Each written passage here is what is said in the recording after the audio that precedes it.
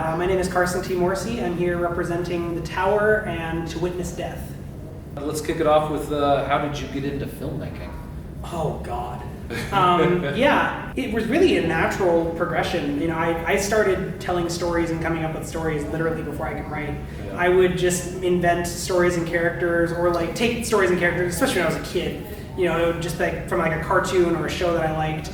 And I'd come up with stories, and then I would make my family act them out in the living room. Yeah. So I'd like cast my family members and put myself into them and do all that. So like it's always been my thing. And you know, I started writing short stories as soon as I kind of could write and figured out I could sit down on the computer and type.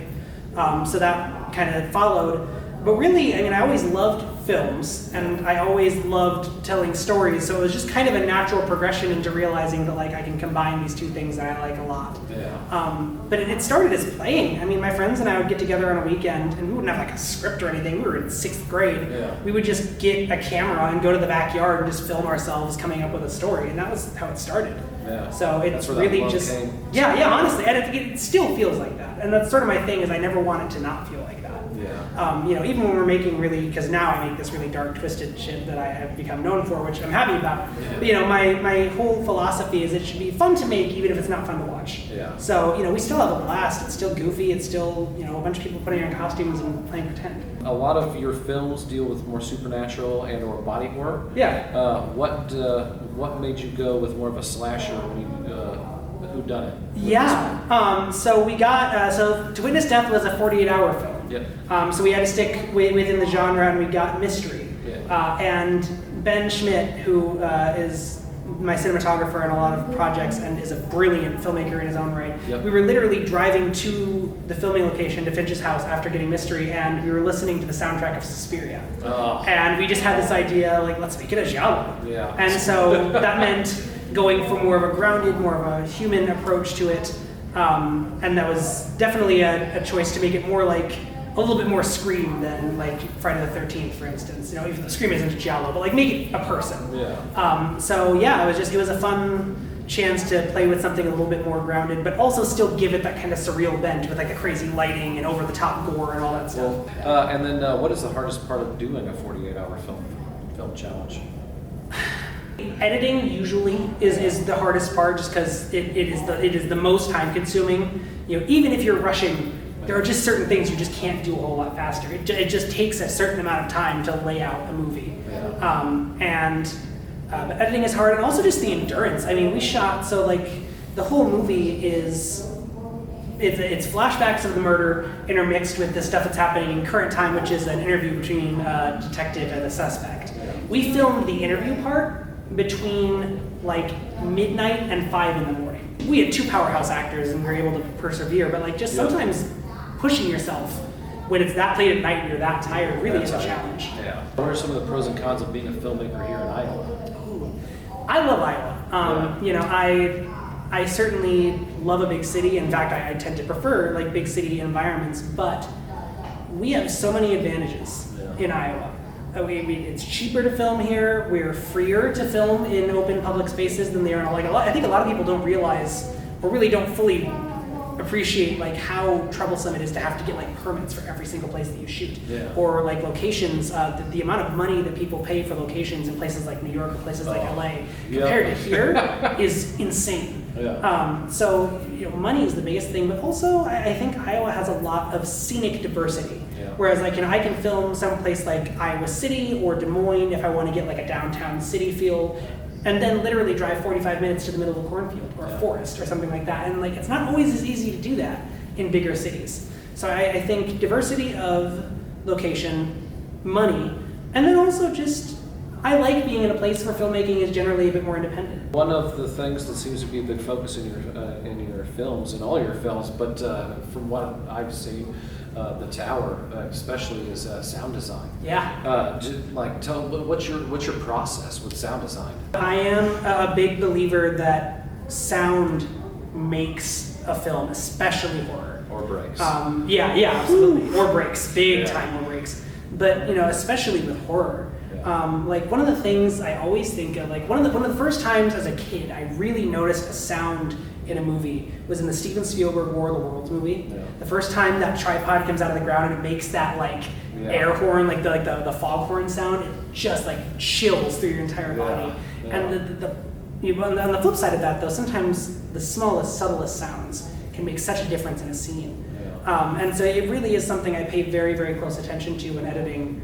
And there's a lot of layering that happens, but I also go for a very low-tech approach as much as I can. Like, I obviously, especially for like the tower, I got a lot of sounds off of like freesound.org or whatever. Yeah. And then also being unafraid to use the environment you're in to your advantage. Like sometimes you see movies that have been, they try so hard to like remove all background sound and they compress the hell out of it, and it makes it feel like it's not quite in the real world. Like, in the real world, you might be sitting in a room and there's an air conditioner on in the background, so what? And sometimes for a horror film, you can even use things like that to your advantage. You can weave in sounds that feel like they're natural to the scene, but then become something else. I don't know, it's really something I obsess over. I don't know it's difficult for me to describe a specific process just because it's something, again, I'm self-taught, so it's something that's very innate and something I work really hard on in small bits. But I would just say the biggest thing is seeing if you can combine multiple sounds to create something that's good, and also understanding how loud things should be within the context of a scene. One last thing with sound before I forget. Yeah. I think it's important to think of sound not as a separate thing, but as it's part of the overall kind of tapestry of the film. It's not video and sound. Yeah. The sound is such an inherent part of it. So if you think of it not as something else or something separate or even something scary, like, oh God, I don't want the sound to be bad, just think of the sound as something that flows with the rest of the movie. You write. I do. You direct, you're editing, you're doing sound design, you're doing all these hats. What's your favorite? I think directing is what gets me up in the morning, because there really is nothing better than the moment you see something truly come to life in front of you. Because obviously, part of this is when I write something, being able to visualize it. But that moment when you can direct an actor and you say action and they do it, and you just have that realization of oh shit, we got it. Yeah, that was it. Yeah. And I love that. And sometimes those quiet moments of talking with an actor and figuring out okay, you tried it this way, now we're gonna do this, and here's what you're thinking about, and here's try this little motion with your hand, hold your hand this way instead of this way. You can sort of mold something into existence. That's what I really enjoy. And I also have a very collaborative directing style. I don't like to dictate. I like to work with the actors and sort of find that middle ground. And so it's a big kind of bonding moment too, especially when I get to work with friends of just we get to make something together. Yeah. So I think of all of it, directing is my favorite. I think writing is a very close second. Any advice out there for people that are just getting into filmmaking now? Yeah. First time? I mean, I would say, especially if you're just getting into it, don't obsess about money. There are definitely people that are going to tell you, oh, you really shouldn't do that unless you have $3,000 to $5,000 and this and this and this and this. And that's all well and good, but make your movie. The most important thing you can do, especially if you're just starting out, is make things. Yeah. Doesn't matter if they're good. Make shitty movies. Yeah. Just make something.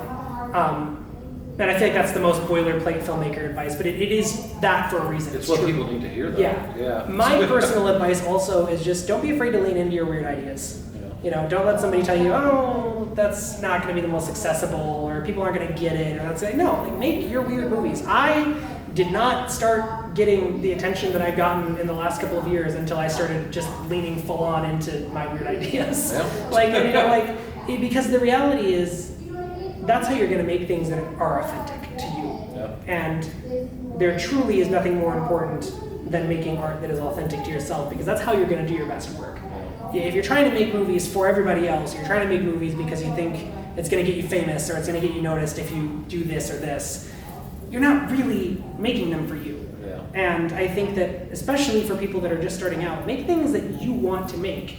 Yeah. And then eventually you can find ways to tailor that, and if you want to get into more of the professional world, you can start kind of trying to refine your style. But make weird movies and make movies, period. and make the movies that you want to see. Yeah, yes. Make movies you want to see. That's a great way of putting it. Don't just make the movies you want to make. Make the movies that you want to watch. And you said this was your first Halloween-a-Palooza. Yes. And you're loving it. Oh my God! I will be back every year that it is possible for me to be here. This is like Christmas. I will say, and I just said on a podcast, it just came out, so I don't want to sound like I'm equivocating. I do think horror filmmakers shouldn't be afraid to put their work into non-horror festivals too. Yeah. But this is amazing, and I do think it's so cool to be surrounded by other horror filmmakers and people that just love this genre and that are passionate about it and that are here to see the cool, weird stuff. It's great, and it's also just cool meeting so many other people in the genre. Yeah. But no, this is an incredible festival. If you make horror movies and you're not here and you're thinking about being What here, are you doing? Be here. Get here. It's awesome. Get here. I'll be here. Thank you for your time. Yeah, so thank you for much. having me. This is awesome. No, I appreciate it. Yeah, thank you so much. Halloween-a-Palooza 2023. Don't miss it. It's awesome. Be here. Everybody come.